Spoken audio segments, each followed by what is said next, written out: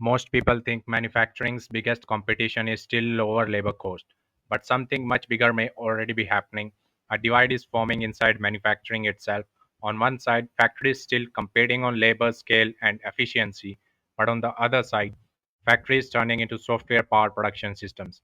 And this week, four different stories from UK and Europe pointed to the exact same shift. This isn't about robots replacing workers, it's about manufacturing becoming intelligent, and companies that move early may look completely different 5 years from now. So let's start in the Northwest England. Small and medium sized manufacturers invested £1.9 million into digital technologies through the Made Smarter program. Now, at first glance, that sounds small.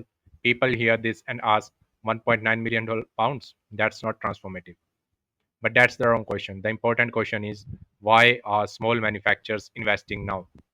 Because historically, SMEs were actually or usually late adopters, and large manufacturers had bigger budgets, digital teams, internal R&D. Smaller firms optimized around experience and cost control. But today the economics are changing. Digital tools are becoming cheaper, margins are tighter, customers expect faster turnaround, labor shortages continue. So technologies that once looked optional now look necessary. Things like factory data systems, automation, predictive maintenance, and production visibility. So the shift is not how do we become futuristic, it's how do we remain competitive. And once SMEs start moving, that usually means the broader market direction has already changed. Then another story, Smart Manufacturing Week 2026 positioned itself around shaping the UK's industrial future.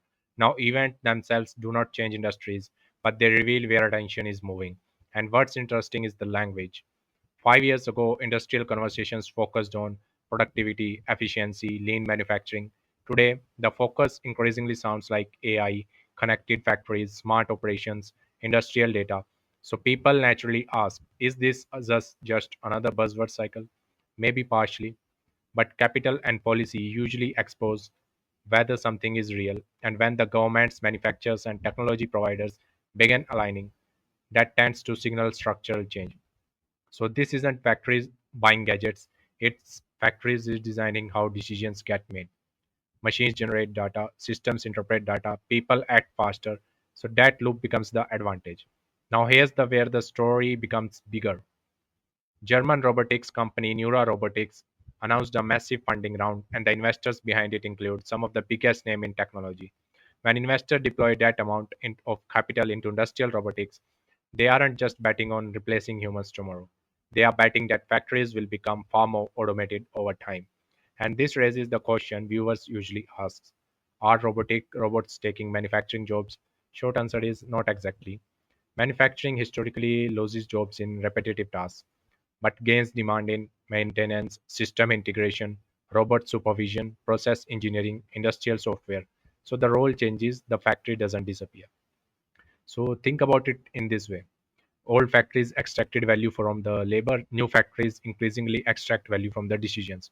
So the faster a factory learns, the stronger its economics became. Which brings us to the final story, the future of the UK automotive manufacturing and skills. Because there is a hidden assumption people make, if factories become smarter, workers become less important, but reality may be the opposite. Technology increases the value of skilled labor. Modern manufacturing increasingly needs people who can understand systems, operate advanced equipment, solve problems, work across software and operations. So that creates a new challenge. Countries can buy machines, but skills take years to build, which means industrial competitiveness may increasingly depend on talent pipelines, not factory buildings. So, what connect all four stories? Small manufacturers investing, industrial agendas changing, billions flowing into robotics, and growing focus on workforce capability.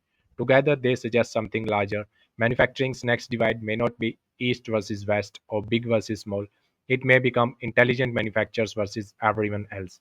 And the interesting part, the transition may already be underway. The question isn't whether manufacturing changes, the question is who adapts before the gap becomes visible. So, see you in the next one.